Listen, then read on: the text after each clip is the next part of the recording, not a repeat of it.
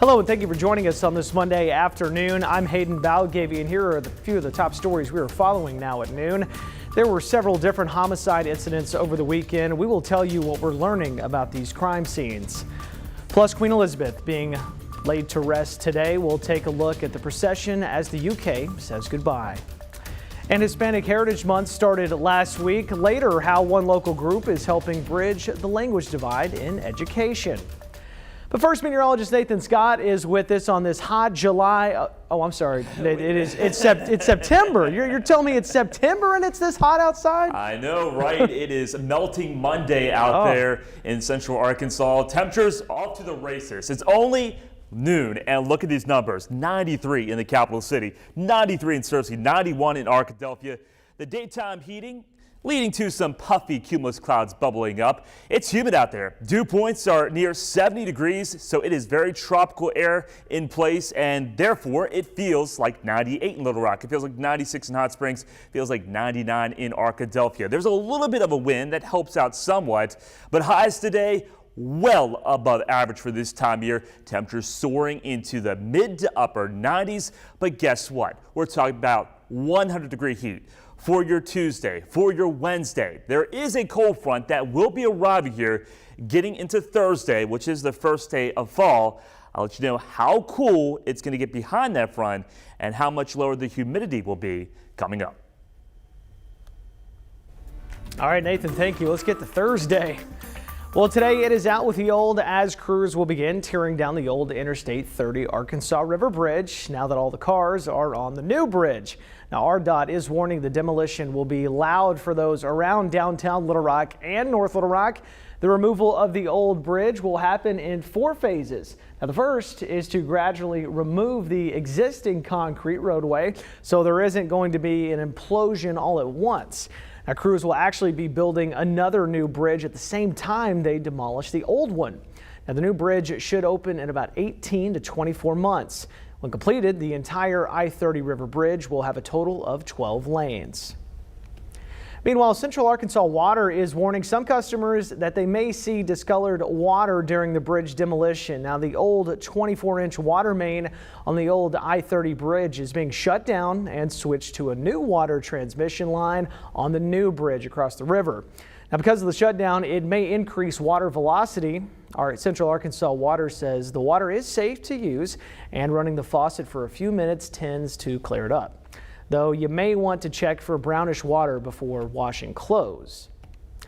And a follow-up on multiple shootings over the weekend, the latest violent weekend downtown. Now, the most recent homicide happened Sunday afternoon. Officers responded to the Murphy Express gas station on Baseline Road at I-30. There, they found 30-year-old Ernesto Olmos shot. He was transported to a nearby hospital where he died from his injuries. Police have not made an arrest in this shooting. Meantime, Little Rock authorities have arrested one man following a separate shooting on Saturday. 27-year-old Stefan Dillard was arrested and charged with capital murder. Police found the shooting victim outside the Taco Bell at Canis and John Barrow Road early Saturday morning. They died at the hospital after being shot. Now, police haven't yet released the victim's name. The United Kingdom and the world are saying a farewell to a monarch and an icon. Thousands attended the state funeral at Westminster Abbey for Queen Elizabeth II, where they mourned the loss but also celebrated her 70-year reign. Ian Lee reports from London. The coffin of Queen Elizabeth left Westminster Abbey for a funeral procession through the streets of London, her son, King Charles, walking behind with the royal family. The pageantry followed a state funeral that drew dignitaries from around the world. We come to this house of God, here where Queen Elizabeth was married and crowned, to mourn our loss, to remember her long life of selfless service. On her coffin, a handwritten note from the king that said, "In loving and devoted memory." 2 minutes of silence punctuated a service of the highest order that ended with the now revised national anthem, "God Save the King."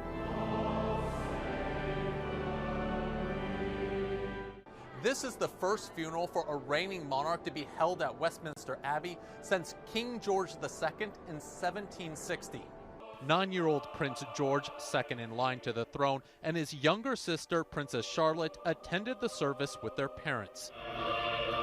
Across the UK, crowds flocked to parks to watch on big screens. Some stood in tribute. Others wiped away tears. It's a very good send-off. The Queen means so much to me. Quite emotional because she's been, our Queen for a lot of years. We're never going to see another a Queen.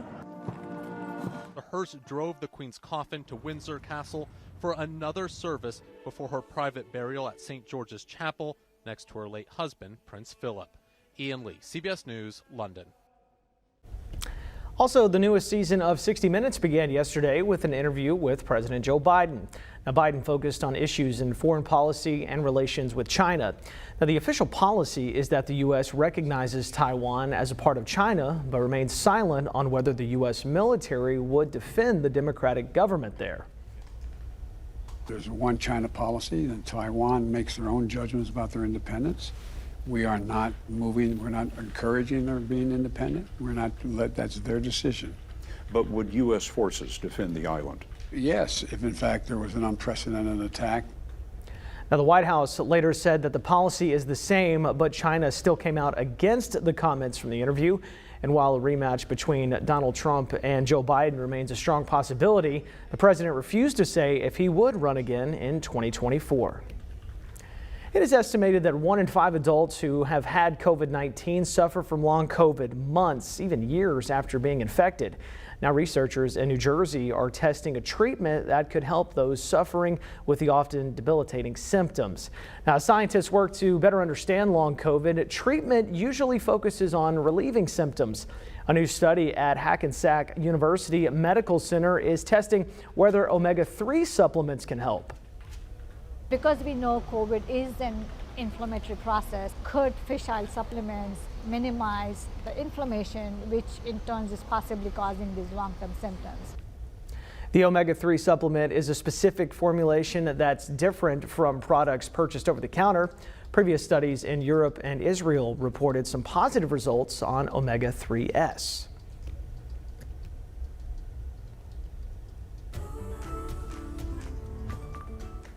National Hispanic Heritage Month is underway through October 15th, and local celebrations kicked off Sunday in North Little Rock.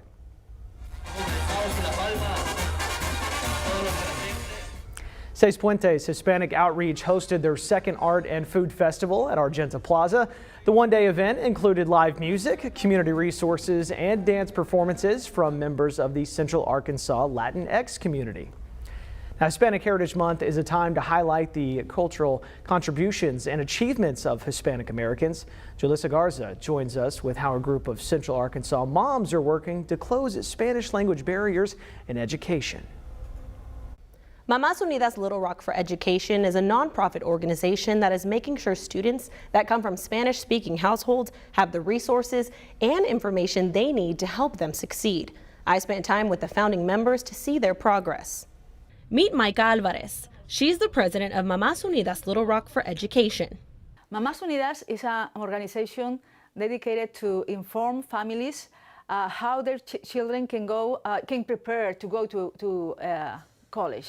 The organization began 4 years ago, and the goal behind it, to break barriers. The barrier that Hispanic families have.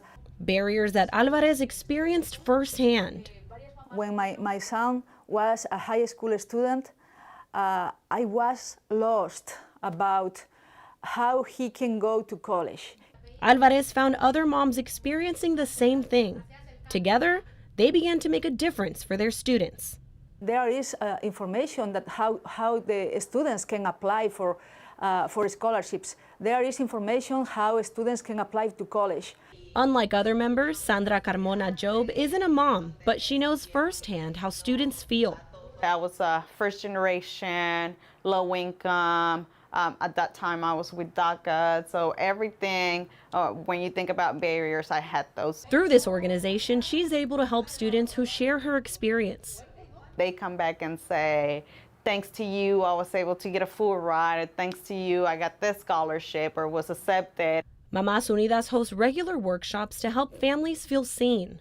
We can compare applying to scholarships like cooking tamales, or maybe other crazy examples, but maybe funny, but make people think. Maria Gutierrez hopes that their work inspires the next generation to continue breaking barriers.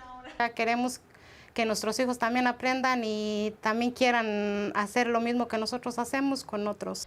The organization says in the Hispanic household, parents are the driving force. But if they can't understand the resources given to their students, those resources are less likely to be used. Mamás Unidas hopes to continue helping families. Their next plan is to follow students from the beginning of their high school career to the end. Well, coming up on THV 11 News at noon, if you're thinking about buying an electric vehicle, you might be able to earn a big tax break. We'll take a look at what vehicles qualify when we come back. Nathan? Hayden, the official start of fall happens Thursday evening, but we're talking about record-breaking heat over the next few days. Yes, there is a cold front moving in, but will it bring a true taste of fall? Back here to Arkansas, I'll have more on that potential coming up.